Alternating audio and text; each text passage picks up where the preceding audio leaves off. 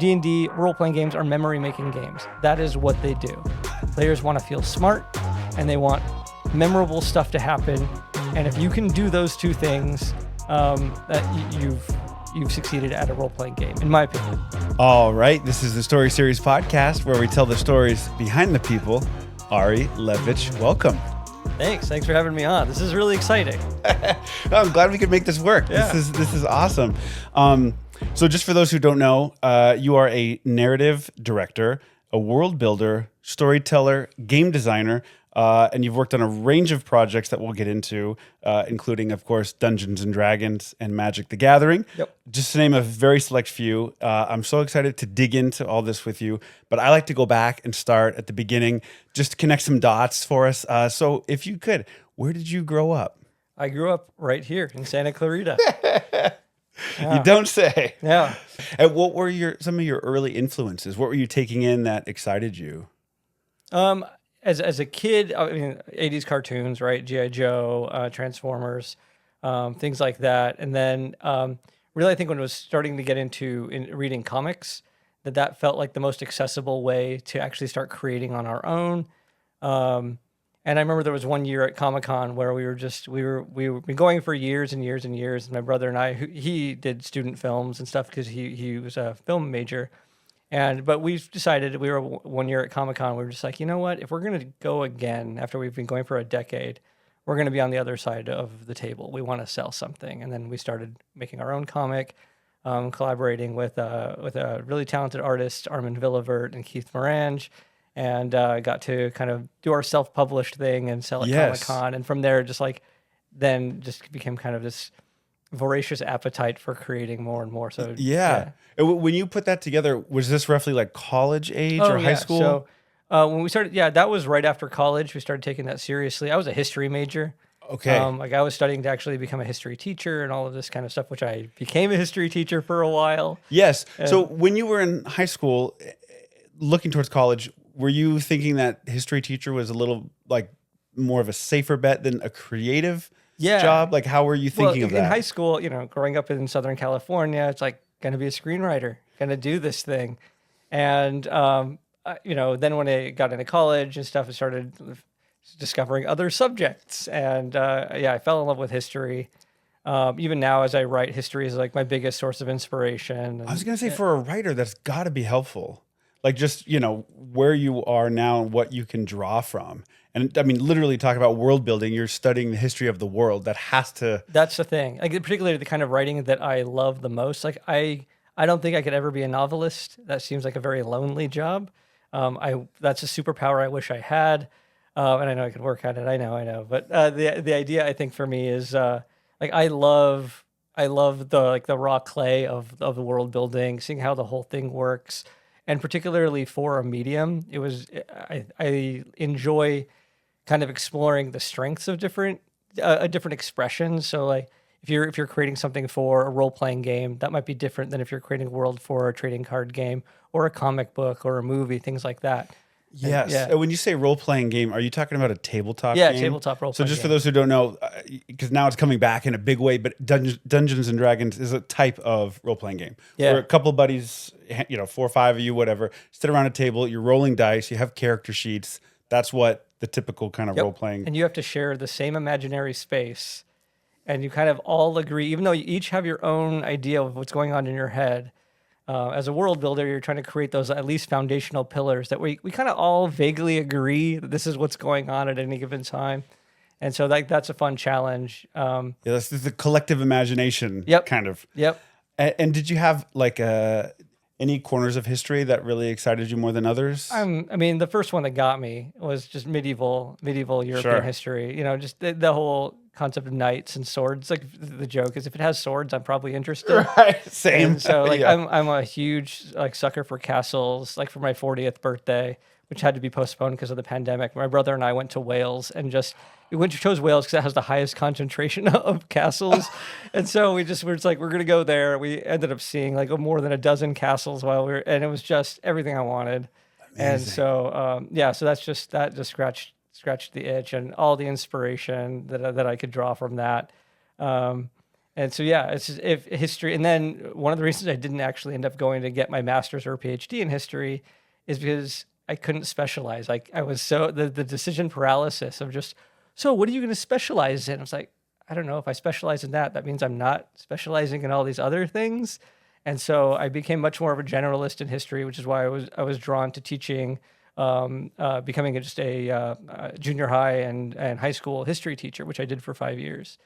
And my road back to creating actually happened when I was teaching 7th grade, and some students came in with Magic cards. For those who don't know, like Magic the Gathering, it's a trading card game. Yeah. But there's rich world building around it.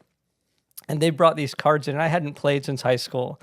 And they're like, Mr. Levitch, because they knew that I liked comics and, animation and stuff. We'd watch Avatar: The Last Airbender at lunchtime in my room and everything. So they came in, they knew, like, he might know. They're like, do you know what this game is? And they had this deck of cards, and I was like, oh, kid. All right, we're gonna get into this. It got me back into the game.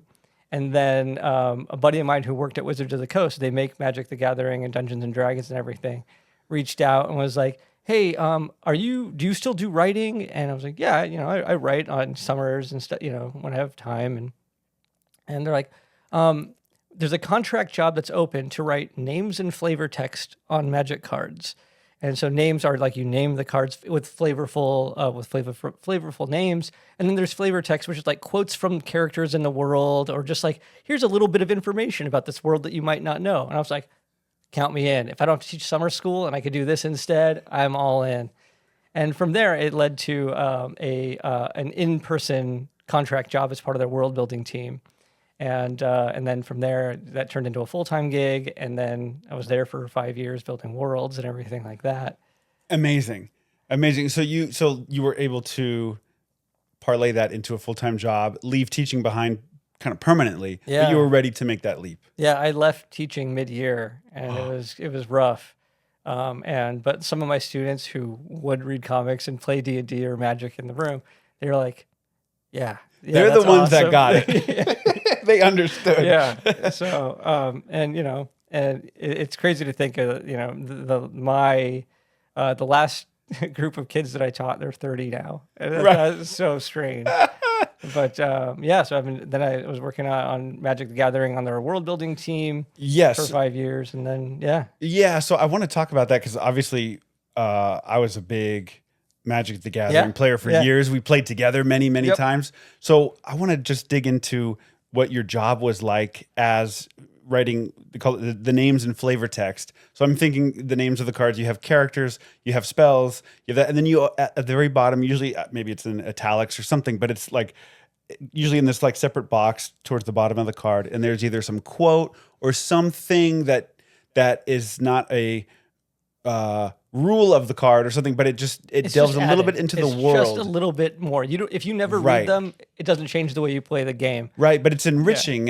Yeah. And so talk to me about what that was like. That's so cool. It was such a first of all, it was just from a technical perspective, it was such a lesson in writing succinctly. You don't have a lot of lines here. We're talking like a card is that big. And so you might have 3 lines of text, and I don't know if you could see that. Sorry. It's about that big. And it's hard to write less. Yeah. So what was that like day to day? A lot of it was day to day. So that was before I joined. I was writing names and flavor text, and that was me driving to Ventura and sitting at the beach and just with my laptop and just writing stuff. And I was like, yeah, I'm getting paid to do this. This is great. And at the time, you got paid on hit rate. So the number of cards that got accepted, you were getting paid by the card. So you can write a bunch, and it won't work. If it's not being, if it doesn't pass, then you're not going to get paid for it. Oh, really? So there's no guarantee. Now that's changed. That's updated. Where it's like if you're on the writing team for that, it's still external writers, but you're just on the team, so that you're encouraged to riff off of each other and not compete with each other. And I think it's a better process. Sounds like a writer's room for a TV show. That's exactly right. Okay. So do you remember any of those early entries that you wrote? I should have done this homework before I came here. It's been a long time. But it was characters that you were doing. It was spells. Characters, or like little tidbits of the world itself. So like, for example, one of the first worlds I got to work on was Tarkir. And Tarkir is this kind of like warlord clans battling each other all the time. So there's an opportunity on flavor text to do little blurbs about the clans themselves. It's like, okay, here's the leader of the clan, or here's some tenet of what this clan believes in, and all that kind of stuff. Was there lore that you had to follow, or how much of it was given to you in terms of like, here's the sandbox, don't go outside it, and how much of it was just you trying to just experiment and just riff? Before I joined full time, we would be handed a world guide. The world guide would go through all the details of that particular world. If it was a core set, which means it didn't really have a world attached to it, that was just kind of like, here's resonant fantasy, just do some fun things. And that was always kind of cool too. When I joined the team full time, I was one of the writers that would then build the world guide, and that was some of the most fun raw world building I've ever done in my life. And being able to, that whole process was fascinating. There's a creative lead for a set, and that was built around a world was built around built for that set, and then you build what's called a once all the mechanics are starting to get underway, you build what's a concept art push document. And because they would do is they would bring in about 5 concept artists, didn't work at the company, but they would bring in like contractors that we'd work with frequently. And for 3 weeks, they are drawing all the stuff that you had in your head. And it's one of the most rewarding creative experiences you can imagine. And they're like, hey, do you know more about this? And it's like, let's talk about it. And it's this back and forth with very talented artists. Like this is the first time I got to meet some of artists that I would gush over before joining the team. Folks like Wayne Reynolds would be on there, and like Darkin and a bunch of artists. And then just like, oh yeah, they're just awesome people, and being able to form kind of, you start to understand how they work creatively, and you hope that they get a sense of how you work creatively, and then you get to do, as that concept push is going, you actually see, you had this whiteboard, and they're just printing stuff out and putting concept art, and you're seeing the world that you just kind of had in your head come to life in a way that's cooler than you could ever imagine, because they're visual thinkers. And it was like, oh, that was just a dumb idea I put in there. And that became a cool thing. And then after that push, you get to go and then expand on things. You're like, that was cooler than I thought it was going to be, or let's pivot to this other thing to embrace this. And so there's this really organic thing that happens with a handful of writers and a handful of artists, and then this world guide comes together after that. And then you got to make the assets, which are the 250 cards. Okay, so that was my question, was as you're building this world, did they have a corresponding card set that was available, or is it the same time? They're like, we need a world because this new expansion or whatever we called it back then is coming out soon, and we want this with it. There's 2 basic approaches to making a card set from an idea perspective. One of them is top down, and top down means that you start with the creative idea first. So let's say, well, what's Magic's take on Greek mythology? And then the card designers would be like, what are things that would reflect maybe the gods of Greek mythology? What's our version of those gods and stuff like that, or the myths and stuff like that? And so that's top down. You start with the creative conceit first, and you build a set to it. Okay. Then there's bottom up, where you might have the lead designer of a card set that says something like, we want to do that. We know that we want to make a 3-color matters set. For those who don't know, Magic has 5 colors that are associated with the cards are broken up into 5 different colors. And they say, we want to make that meaningful from a gameplay perspective, that we want to break it up into 3 cards. So the creatives then have to get together and be like, what does that mean? This is actually how Tarkir formed, that these are 3-color clans. In terms of the mechanics, they're 3 colors, but creatively we had to figure out what a clan of a particular combination of these colors would look like. What are their philosophy, their outlook, how they fight, because this is all about warlords. And then, okay, what are the peoples that make up the clan, and the monsters that they battle with, and all of that kind of stuff. And so you have basically top down or bottom up design. The creative is running in parallel to the card sets. Again, this may be antiquated now. I don't know how they do it now. This is how it was when I was there. Yeah. And so they're running together, and the creative is also part of the design team. So I was designing cards. Not a lot of mine got through, but sometimes it did. So you're stretching other kind of creative muscles, but you get a sense about how the card designers think. And so you know that creatively, oh, maybe I could expand on that because they're really excited about this one design. So it's very conversational in that way, which I appreciated. What does that mean, submitting a card that either got through or not through? What does that mean? What are you submitting exactly? Yeah, so Magic card sets have 250 cards, or approximately 250 cards. They used to be 250 or 180, but anyway, it's 250 cards, and the lead designer is responsible for filling out a set, and they have a design team around them that helps them do it. And so, a lot of card sets need certain architecture or a certain framework, so they know that they're going to start with some number of creatures because that's a card type. And then they start to build archetypes, which is how the strategies that you're going to use to actually play this set. And it should evoke a certain feeling when you're playing this set versus the previous set. Right. I can imagine, and you tell me if you are submitting things and they go, oh, you know what? This is a little bit like what we did before in this set. Or it's like pitching, we call springboards for TV shows, where it's like, oh, you know what? That's a great idea. We actually did that in season 1. It's there like, are things like that. There are Okay. definitely things like that. But it's that they are also always designing in the context of the sets around it. So they're not designing one set at a time. There are sets that have come out. There are sets that are being worked on that are further ahead, and there are sets that are just starting. And which means what that creates is there's also a play environment that all these cards can be played together. Right. Yes, that's right. They all have to be able to. And so what they're thinking, they're like, oh, this one card is kind of dominating play right now in a way that's making the game unfun. So we're actually going to put a release valve in this upcoming set to kind of try to mitigate that. So they are world building. They are also at the same time looking at how the game is being played. Yeah, so those were card designers that were doing that part of it. Right. And then the creative team would kind of plug into that process. And then the art team plugged into that process. And those were the three kind of main That's groups. fascinating. Yeah. It's almost like you have the artists and then the engineers that are like actually applying it and going, whoa, wait a minute. This card is a little too strong. Also just cards. And they're like, that's busted, dude. That's going to break the game. And I'd be like, okay, but it's really cool. And like yeah, I get it. We'll take it from here. Thanks. Right. Right. That's fascinating because you have the heart. It's not just creating a fictional world, but it's also there's real rules. And that's the thing. Like working on Magic was the first time I really had to create with constraints. So it wasn't just create whatever you want, create a cool world.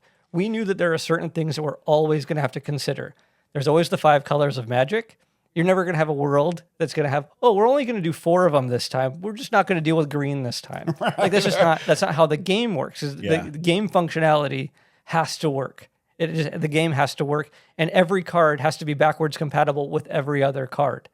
And so we had to be really aware that any world we're creating has to accommodate all 5 colors of Magic.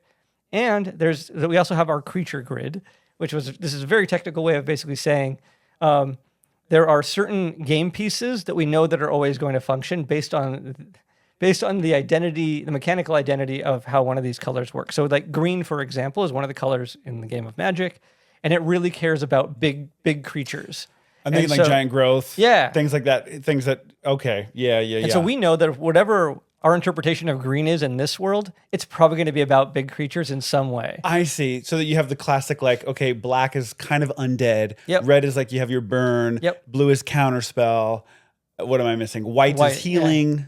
Yeah. There's those kinds of tropes that you still have to adhere to, but push at the same time. Yep. And then there are certain creatures that usually snap to those colors, like elves are usually in green. Yep. But that might be something we could do. Like, what if elves were both green and red this time? What does that say? Oh, maybe it's warlike elves. Oh, cool. That might tell us something about the culture that we're going to create in the world. I was going to say, so you almost reverse engineer the backstory a bit or the world building to justify. And I love working that way. I love having my sandbox and then tell me, these are 3 things you can't do and 2 things you have to include. I was like, now it's a puzzle. Okay. Like, I love that. Like me staring at a blank screen, they're like, hey, make something cool. I'm like, I don't know. It's cool, man. Absolutely right. Like, it's for me. I just love. That's why I love having that constraint. That's where like my brain loves the solve more than the act of wordsmithing, if that makes sense. Yeah. I like cracking that, like what's gonna delight the fans in a clever way, or just kind of delivering on on the constraints and making it not feel like a constraint, but making it feel like it couldn't be anything else, right? Yes. Yeah, make it intentional. Yeah. And so throughout your time there, how did your job evolve? How did you grow as a writer, as a world builder? Yeah, I mean, I was on the Magic team, on the creative team for 4+ years, as both the contractor and then full time. And I got to I did a lot of wrangling names and flavor text. So as I started at names and flavor text, then when I would go in and I would lead names and flavor text on certain sets, I wasn't the creative lead of that particular set until a set called Magic Origins, and that was my first go at being a creative lead. And I will be honest with you, as much fun as it was, I was super green at it. Super green. What was your learning curve like? What surprised you about that? It was surprising at the time because this was my first time actually making a living creating. And I went in thinking, I was like, I'm going to learn from these people. I'm going to ask a lot of questions, and I'm going to be like, wow, I'm just going to absorb their expertise. And it was very much them looking to me like, yeah, but what's the answer here? And I was like, oh, they didn't just hire me. I'm not like an intern here or anything. Like, I'm here. I have to lead this. And that was very much like, okay, I have to drive this thing. Because it was very much like, oh, they're all the experts. They know how to make this game. But I was hired to be the creative expert, which was a very interesting thing. And I knew it intellectually, but I hadn't internalized that concept. Yeah. And so that was a big level up. And I had a really good partner on the design side of things. And then the lead art director, Jeremy Jarvis, was I as a creator, I learned so much from him in terms of the importance of having clarity of vision and not just kind of mucking about, especially when other people are relying on you to make creative decisions. If you don't have clarity of vision and you're just kind of hemming and hawing at things, you're like, well, it could be this and it could be that.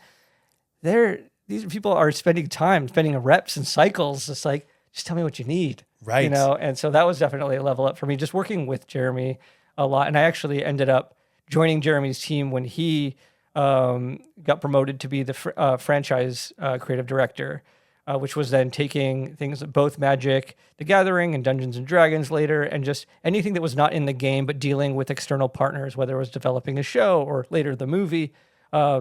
I joined his team there as a franchise creative producer. And that was my first time seeing kind of this bigger picture beyond that. But at that point in my career, I was still very much like, I still want to make the thing. I'm not ready to like leave this and just like approve what other people are doing and prep them. And so when a position on D&D opened up, I slithered over there. Okay. I want to get to that. I'm just curious, like working on so many different, back we called them expansions. What did you call them? Each iterate sets. Yeah, sets. Set. Yeah. Were there talks about like just where philosophical discussions about where people thought the game of Magic was going? Oh yeah. And how just the trading card game as a type of game was evolving in the culture. Absolutely. That happens all the time. Yeah. I mean, you know, we have this constant, it's not a conflict, it's these kind of vectors that you have to consider sets on, and it's familiarity and accessibility, right? So like resonance and like if you're playing with trope space, things that are familiar to players, but at the same time novelty, because a new set comes out every 3 months.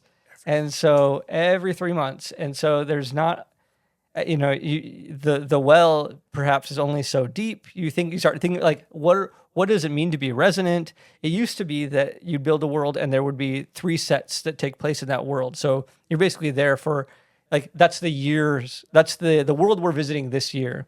But they since went to a thing where it's every set is on a different world and they keep panning around. And one of the things we had at our disposal was return to. So you could return to a world, which was always fun to kind of see what's been happening in that place since the last time you visited it.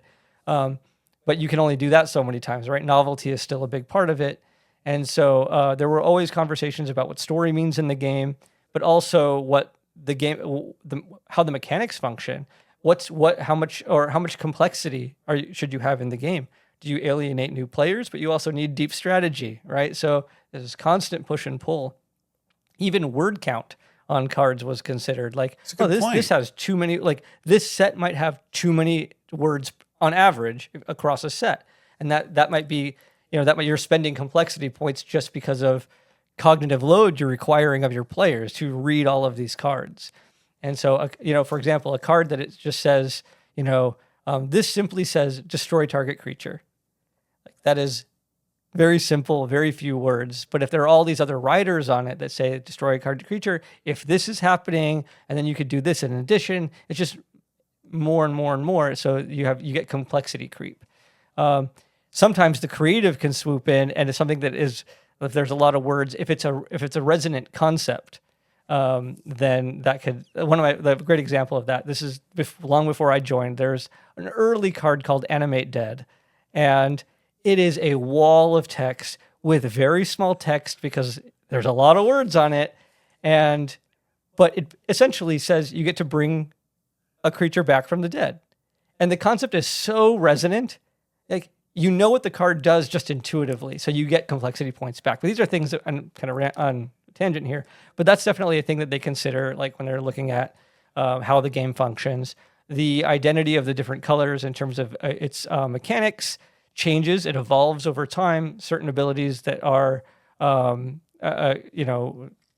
squarely in one color might spread out to another color, and all this kind of stuff. The game changes over time. Right. And so it has to. It's been around since, the early 90s. So yeah, but there was an opportunity with Dungeons and Dragons that came your way. So what was that like? What was that phone call? I'll tell you how I got there first.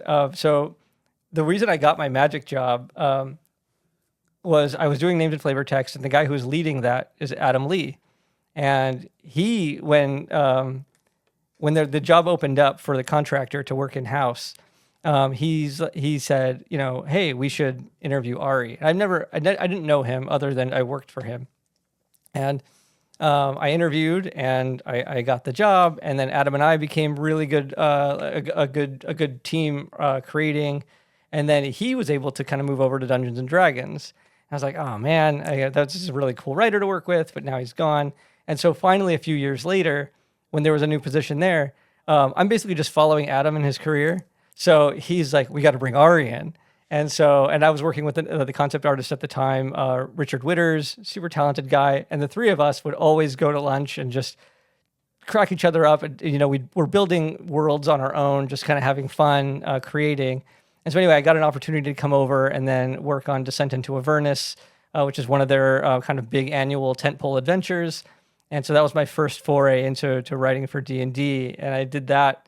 I was there for 4 years, and also just crazy experience, just working on an IP that is so close to me. I don't think there's anything that was more influential on me growing up than D&D.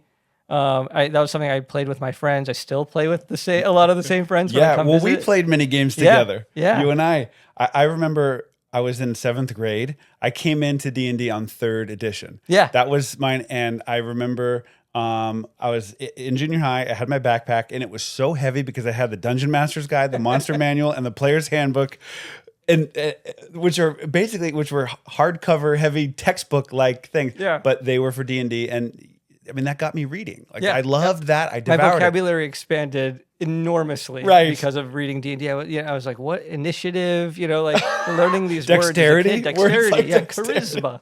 Yeah. It didn't help me develop charisma, but I still... you can identify it. Right. Yeah. But and that was just, the way it lit up, and still does. I don't play regularly, but just I love what it represents, especially now in a world full of screens, because it is handful of a group of friends playing around a table. That's my favorite. Or a Zoom or whatever now. I struggle playing on Zoom. I find my attention wanders on Zoom. I sit in front of a screen all day for work. And my favorite thing about D&D is hanging out with my friends, and we're just making each other laugh.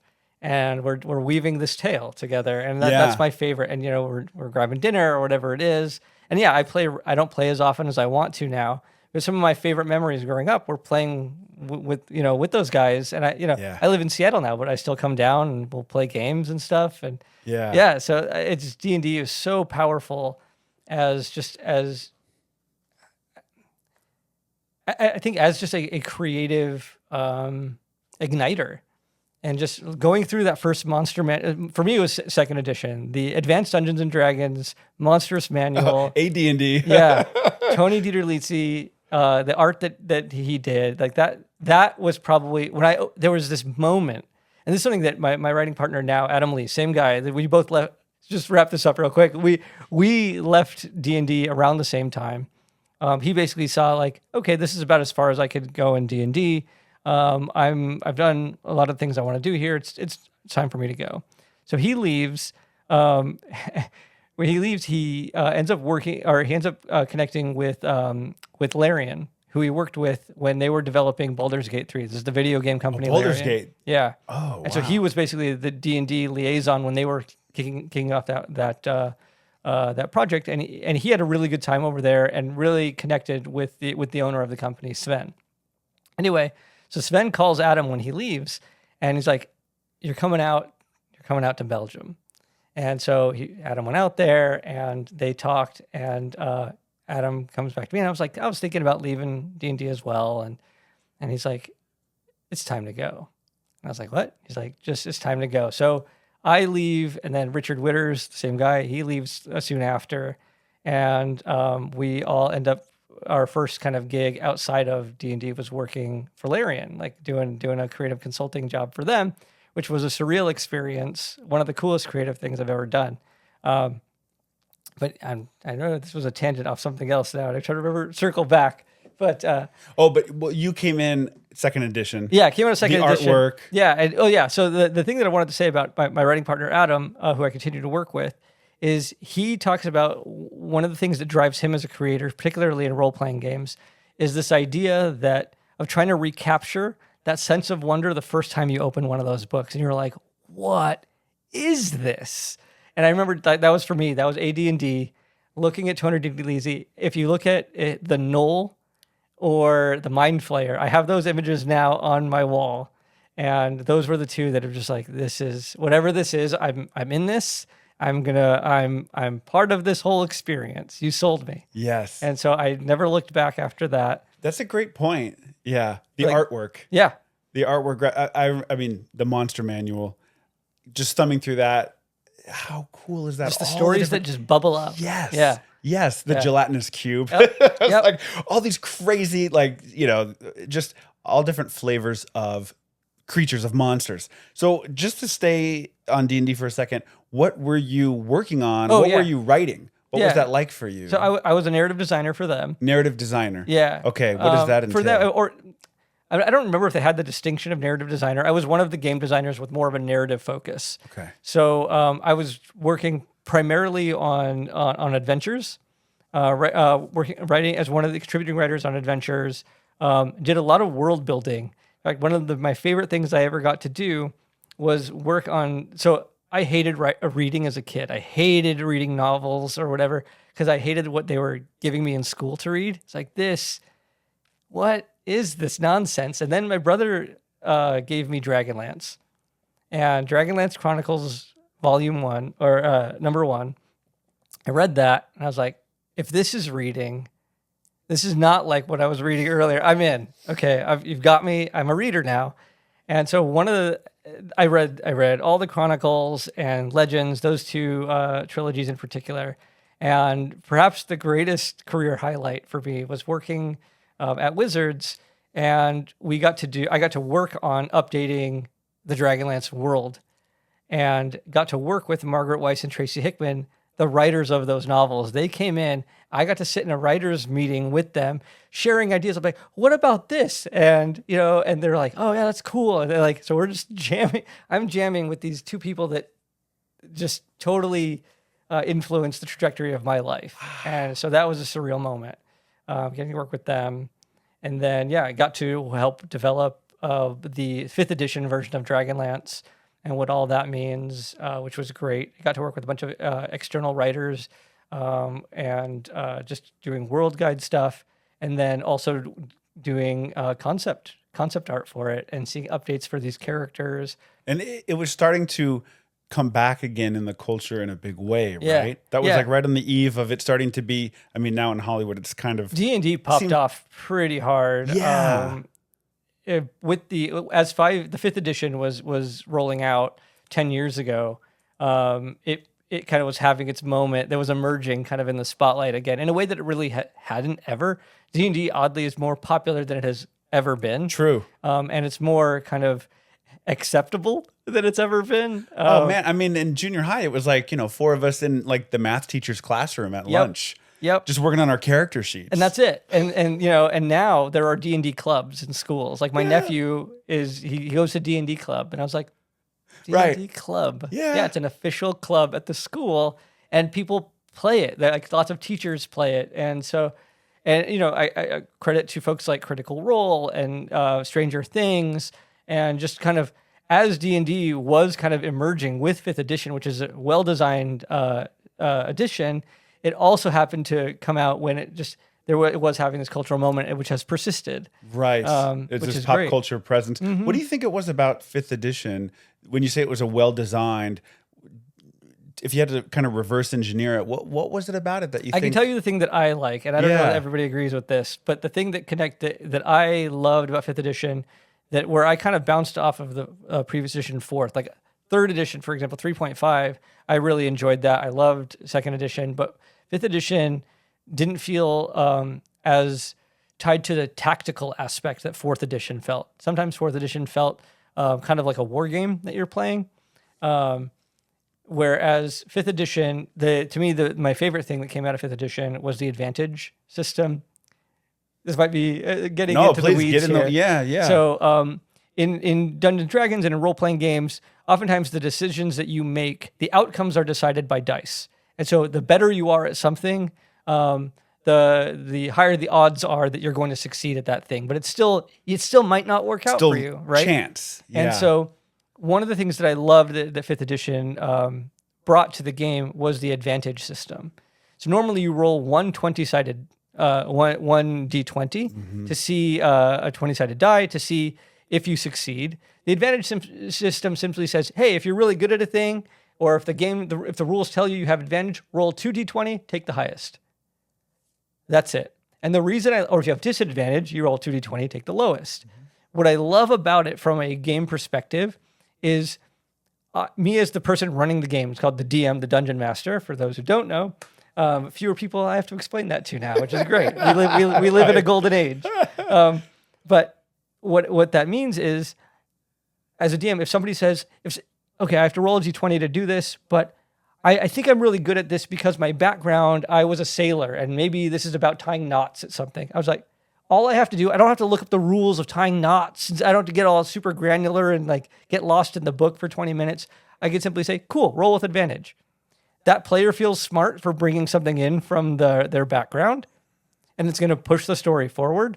And then I feel great because I don't have to start digging into a bunch of rules. I can keep the game moving.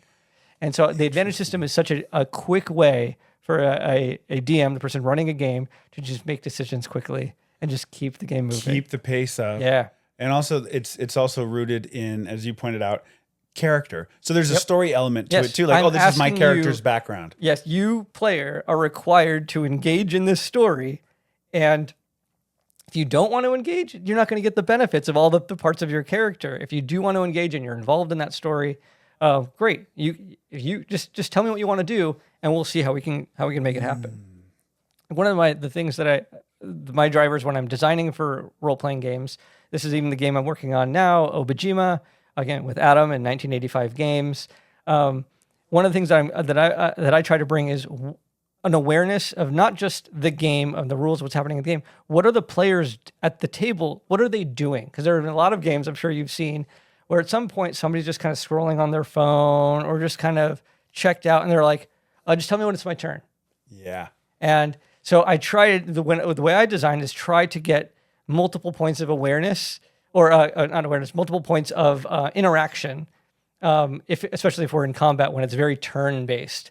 When it's more open form, I try to kind of spotlight different people as a DM. But when I'm designing, I try to keep in mind, what are the actual players at the table going to be doing while this is unfolding? And so that's to me, sometimes that might mean, okay, that means to me, like, the rules have to work, they have to function because it's a game system that we all agree on. But at the same time, we're also deciding to spend like our Thursday night doing this. I want it to be fun more than anything, and I want it to move. Yeah. And so I'm a big fan of one-shots more than campaigns. We were talking about that. Yeah. I love how one-shots are, instead, D&D is built for campaigns oftentimes, which means you're going to play multiple sessions over the course of maybe a year or multiple years, and the story is about your character changing over time, becoming better if I'm a wizard, becoming a more powerful wizard over time. I tend to like one shot, especially as I have less and less time, where one shot is a complete story in one session or maybe two sessions, right? And you can get really cinematic with things. People could do some really outlandish things, and it's about the most explosive kind of energy that you can muster in a one shot often. And there's an ending to it too. And there's an ending. There's a conclusion. It doesn't just kind of drift off as people can't make the games anymore, which every campaign ends that way, it seems. And so, yeah, I love one shots. And so I tend to build, usually think, even if I'm working on a system that has campaigns, I still tend to think of, well, how much game can we actually get done in an evening? That's how I try to approach it. Yeah.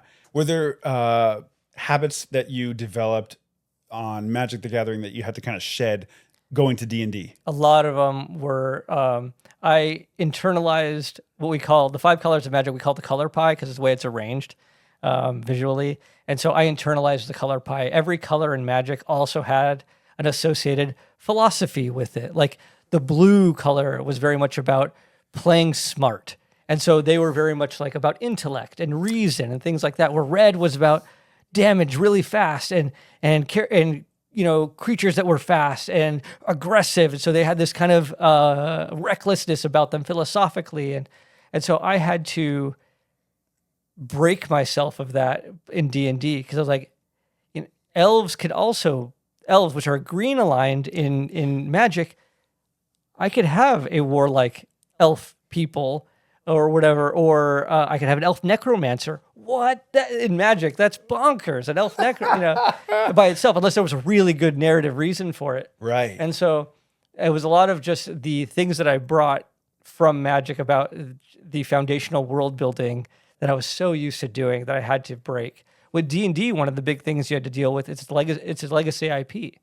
So, there are all these places like Waterdeep or Baldur's Gate that has established lore.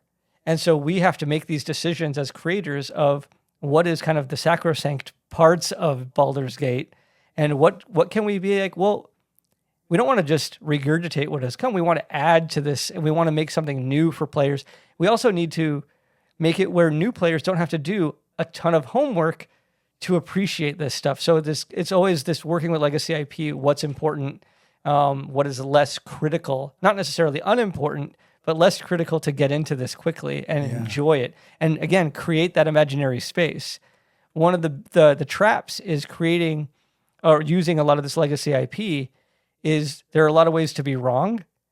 The more established lore you have, the more ways you can be wrong as a player. And if you have a player that knows more than the DM, and the DM is trying to create this space, and the player's like, well, actually, that's not what's going on in this city. This city is ruled by the Council of Three or whatever. It's like, what? Oh, I forgot. Like that breaks immersion for that player. It's frustrating for the DM and for everybody. Yeah. And so, so that's part of the dance that you kind of have to do is what's critical. How do you arm the DM to establish this? How do you reward the people that have been following this for so long? You don't want to be like, you don't matter, old player. Right. But so it's hard. Yeah. That I found that the most challenging part, especially with Dragonlance. I love Dragonlance. I was the one who could spout. I would be the one actually. My first DM in Dragonlance. I didn't DM it. That was Dalen Musson, he's now a writer as well. But there were times I'm like, I think I know more about the Dragonlance setting than he does. And it was kind of like frustrating for me at the table. But that's a challenge for established settings. Yeah. And trying to honor it, but keeping it current. Absolutely. Absolutely. Now, you, with Mysterious Alchemy, you recently collaborated with, what was it, 1985? Yeah, 1985 games. Talk to me about that, because that's something that is, you guys just came out with this beautiful book. Yeah, the book came out recently. This is the first book. They just announced that they're doing a follow-up, so I could talk a little bit about that, but which is really fun to be a part of. So Adam and I got called on to work on that. Their Kickstarter went bonkers 2 years ago. Okay, so 1985, they do this Kickstarter for what?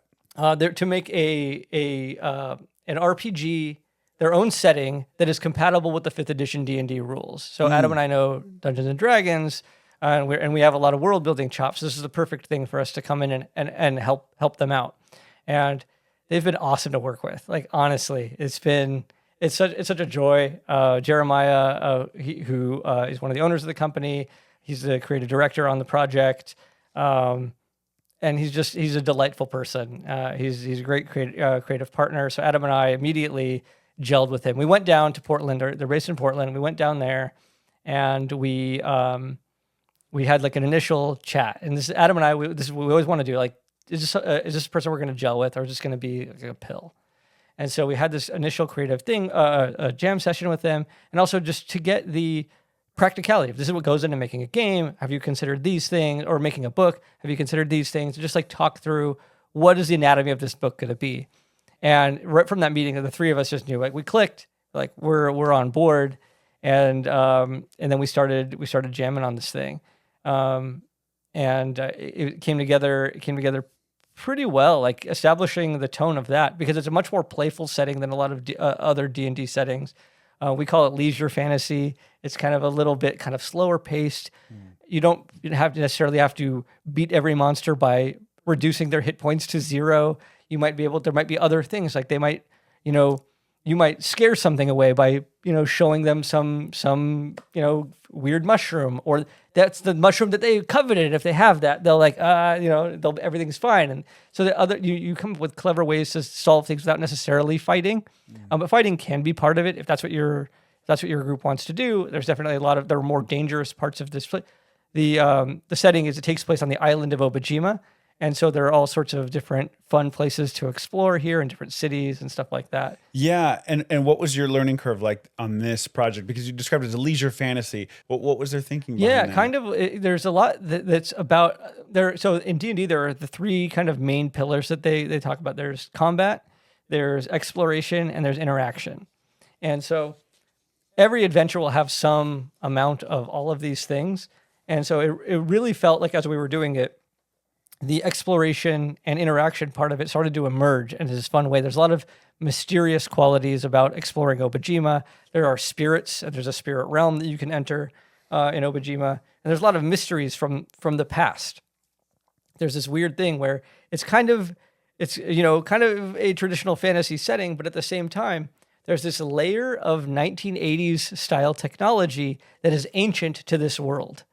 And so how that technology is used, spirits can whelm these objects, which powers them up. So you might get this like static appear on this TV, and so like spirits might communicate through that, or a wizard might use a Walkman as their spell book, and different tapes are the different spells and stuff like that. And so we create all these different. You can create characters around that. Love that. Where did that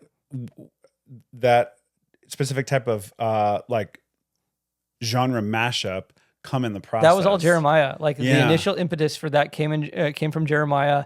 That was part of the Kickstarter that they launched. And so when we saw that, again, like knowing what our sandbox is, right, and the constraints, like, oh, that's a fun take on fantasy. What did he have, and what did you bring to it? Yeah, so he had a Kickstarter page. Yeah. There was an artist named Vargai, who did a lot of the art that, like the cover art of the book, and a lot of the stuff that would populate the interior. And he had a lot of that art initially, because Jeremiah had approached Vargai and was like, "There's a lot of this art. Can we build a world around this, basically?" And so there was the vibe was established visually first, and we were building out this world to flesh out those visuals, which was a fun way to work for me. Again, it's like, just give me a thing. I'm going to try to make it the coolest version of it. Yeah, populate that world. While also being aware of the rules of the game. Oh yeah, absolutely. So part of that, we were creating subclasses. So subclasses are, so you have like, fighters, wizards, that kind of stuff. And then in D&D, the thing that they have are subclasses. So the type of fighter you are you like more of a knight, or are you kind of a ranged fighter, that kind of stuff. And so there are all sorts of, there's tons of subclasses in the game. So we had to come up with a bunch of subclasses that were flavored toward Obajima. And so, like, for example, like there's a wizard subclass that is the origami mage, and they use all of these kind of folded pieces of paper to deliver their spells. And like, it's very flavorful and it's evocative, and so those are types of things we got to do. And what does that mean culturally for Obajima? How does that integrate it into the world? And so we did a lot of work there. We worked with cultural consultant Emma. She's great, and so we're developing this world in a way that kind of a love letter a lot to. This is Jeremiah talking about looking at a lot of Miyazaki films, or looking at Legend of Zelda. That's a great, and those are great comps. Yeah, yes. So like that whole vibe. Yeah, with 1980s technology. Yeah, it's very strange. It's not something I would have come up with. No, but I love that. Yeah, and there's a fun world to play with, and to kind of see how weird can we get. Like, what is the right kind of weird? Because we're playing with spirits. We're defining what spirits are here. Right. And one of the things that Jeremiah says, he's like, I want spirits to be part of society. So you might go into a shop, and the shopkeeper is a spirit, selling you things and stuff like that. And it's not weird to the people living there. Yeah. So we have to communicate that to the players, that you, player, it's going to be awesome to you, player, but not to your character. How do you separate that? And so we have to kind of, there's a lot of, what I loved about Jeremiah's, his willingness to speak directly to the dungeon master or to players in the book, that we, playing with the actual, the design of the books itself. So the first version of the book was done with the 5e rules, 5th edition rules, but 5th edition came up with an update last year, and like right after we finished this book, it was like, of course, he went through this, the grueling process to update all the rules, that also relayed out the book, and it's such a cool expression of Obajima. It feels even more Obajima, more of its own thing. And so, I appreciate working with both, with Jeremiah, and his graphic designers are great. It's been a great community too. People are liking it. Yeah. That's been fun to see. And I am a social media Luddite. I am not involved in social media at all. So a lot of this is kind of secondhand. I'm told You've been told. Yeah. People like it. Yeah, we do our Writers Room podcast as well on Obajima. If you're interested, there's Obajima podcast. We're gonna put that in the I was the notes. naysayer on that one. Yeah. but I went along with it, and I'm having a blast doing it, because it's just fun to chat with those guys and kind of jam on ideas. Some of the ideas are for future books. Not all these ideas, these are just ideas. Some make it in the book, some don't. Some are going to be future stuff that we're looking at. And so it's just cool that we're just developing the world. They announced they're working on a video game now, a pixel, really, really adorable looking game.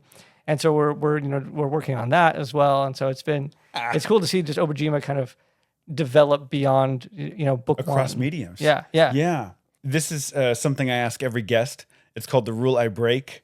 Every industry has rules. Some are there for a reason, and some are just begging to be broken. So what's a rule in your field you don't follow or believe in? I don't know if this is breaking a rule. This is more about approach. Again, like earlier, I tend to think about players at the table. And so I personally am less interested in rules, in the crunch of rules about how far can you see into the distance? There are rules about how far you can see in D&D. And I'm like, I don't care. I want to know my whole thing, and Adam's heard me say this a million times. So Adam, if you're listening, there you go again. D&D role-playing games are memory-making games. That is what they do, in my opinion. And so if there's a rule that's getting in the way, and I know that You can always house rule things. Nobody's going to come to your door if you're not playing the rule correctly and bother you about it. But I tend to think, even as a designer, like, make this easy to make memories at the table. That's what I like. Players want to feel smart and they want memorable stuff to happen. And if you can do those two things, that you've succeeded at a role playing game, in my opinion. Some system, and again, the RPG systems, like, I love them from. There's an intellectual pursuit that I love about reading new RPG systems, but it's often the same metaphor.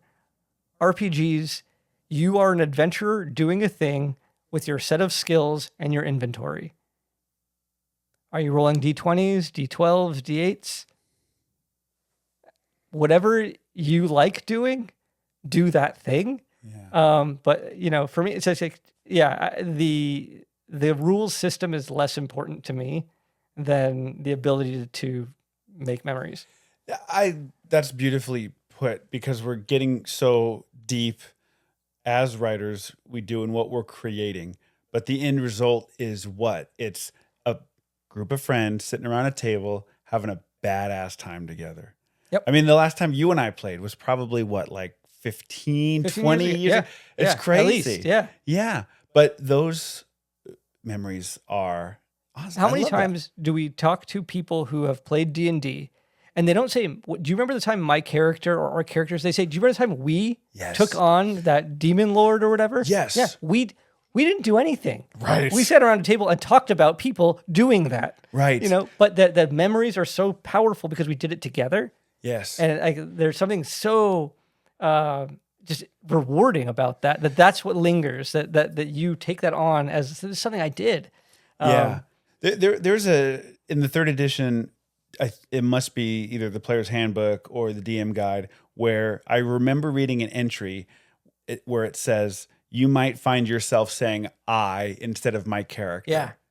What a game. How do you do, what other medium can do that? Right. It's amazing. Like, video games at some point will, I'm convinced. Right. But they're not quite there yet. And we're talking D&D and just all the memories of playing Magic at the card shop. The local card shop was the hangout. Yeah. And just opening booster packs, trying out your new decks against getting card protectors, those new how that felt, those new card sleeves, and you're like color coordinating your decks.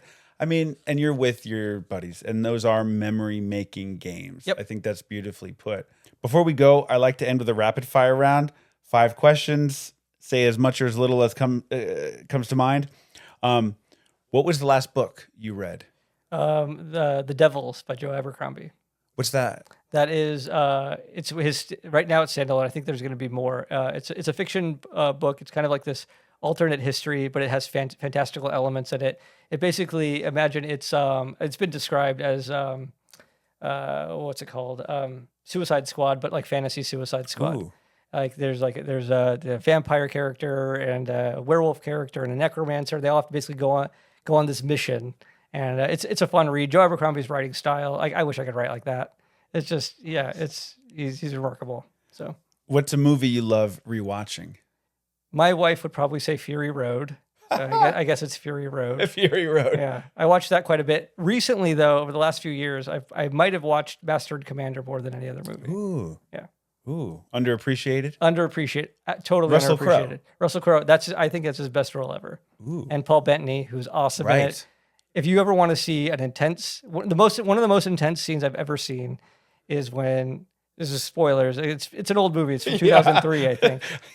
Hit pause, watch it, and finish. It's in the Napoleonic era and stuff like that, but he is shot accidentally by one of somebody on his own crew. Russell Crowe or Paul Bettany's character. He's the doctor, and he gets shot, and he has to perform surgery on himself to extract the bullet, and it is one of the most intense scenes I've ever seen. It is a masterpiece of a film, and I've just watched that so many times over the last few years. What a great piece of conflict right there. Yeah, somebody has to like hold the mirror, and he's like doing the surgery. Oh, it's wild. What a great sounding scene. Yeah.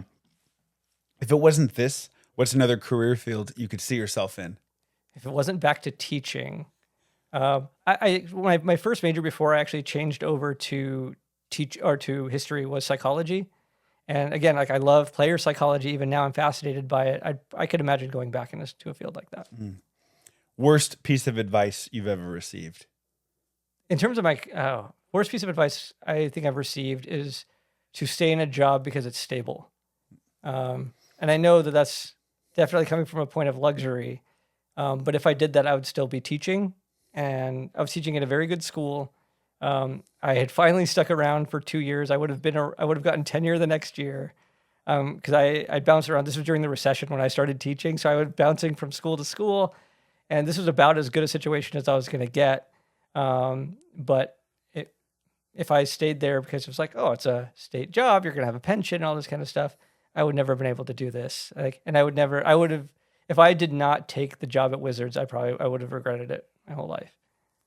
Best piece of advice you've ever received? Think about lifestyle regarding jobs. Again, this is now just front of mind. My brother is a career counselor, and one of the best pieces of advice he ever gets. I think about this probably every day. He's like, people are told to think about, or are often they'll think about salary, or they think about the job they want to do, and he's like, that's wrong. His opinion, it's wrong. He advised me to think about the lifestyle you want, and then find a job that accommodates that lifestyle. So like, for example, if I want to be a mountain climber, I love rock climbing or whatever. I want to dive all the time. What's a job that gives you time off and enough money to go do those things? Versus, do I have to be a professional rock climber? Not necessarily. Like if I wasn't doing writing professionally, I would need a job that allows me to write. That's one of those things. If you're lucky enough to get a job where you can make it where it's also your passion, extra awesome. But I think thinking about things in terms of lifestyle, like I value my time more than anything. And if a job is starting to burn me out, I'm very cognizant of those things. I don't work just to work. I love spending time with my friends and family. That's very important to me. Even though I work in a creative field, which is the thing that I love doing, lifestyle is still important. I don't want my job to be me. I don't want to be defined by my job. And so, I came down to hang out with my brother who just broke his ankle. That's why I'm in town right now. And so, that's important to me. And so lifestyle is really, so I left my job, working for Ravensburger on Lorcana. And if I didn't do that, I wouldn't have been able to come down this week. I can work from anywhere. And so that's really important. I love traveling. And so being able to work from anywhere and Mysterious Alchemy lets me do this right now. And so it's great advice. Yeah. I've never heard it put like that. Lifestyle choice. Your lifestyle does define you, Yep. But your job, that's not your whole life. But we often... And we choose how we want to define ourselves. If you want to say, I'm a writer or whatever, great. But you don't have to. Before we go, we got to say this quick story of that time in high school. It's just amazing how time passes. So you talked about your time as a substitute teacher. Yeah. I'm in some random class in high school. I don't know what grade I was in, but high school. And we're talking about playing D&D together with our group of friends at the time. And we went to the same game store. We went to the same game store. Yeah. And so we had some common friends. And one random day, in walks you as the substitute teacher. What was that like for you? It was so weird for me. It was like, oh man, like, yeah. It was like, there goes any sense of authority I had in this room was gone. Yeah, because you were like, 8 or 9 years older, so you're still very young. But I was like, oh, this is going to be so cool. And of course, it was like, yeah, let's not talk about D&D here. Like, you won't. No, none of the students will respect you. You have math to do, man. Come on. Yes. But it's just been so wonderful hearing you, just seeing you grow in your career. And from likewise, by the way, yeah, I remember you were doing screenwriting initially when you were in school and stuff, and that's been. I mean, that was almost awesome. That was almost like, what, I graduated 05, so it's like 20 years ago. Yeah, 2 years ago. That moment in high school where you walked in as a substitute teacher, and now just seeing us grow has just been amazing, and hearing you talk about writing across different mediums has been just so fascinating. And so I'm so psyched we got to do this, that you're in town. We made it work. And just thank you for coming in and sharing your story. This has been awesome. Ever since you started this, I was like, I am so stoked that you're doing it. Like, I'm such a sucker for seeing people's creative process. And I was like, he's doing it. He's doing this for me, basically. Like, I felt like this is exactly the content that I want to devour. So it's been great to see this take shape and stuff. Thanks for having me on, man. Great to catch up. Yes. And I hope we get to work together at some point. I hope so too. Yeah. I love that. Hey, before you go, thank you for listening. If something in this episode moved you or even made you pause for a second, please consider following the show, leaving a review, and signing up for the weekly newsletter at storyseriespodcast.com. That's where I share my personal takeaways from each episode, what stuck with me and why, one story at a time. See you in the next one.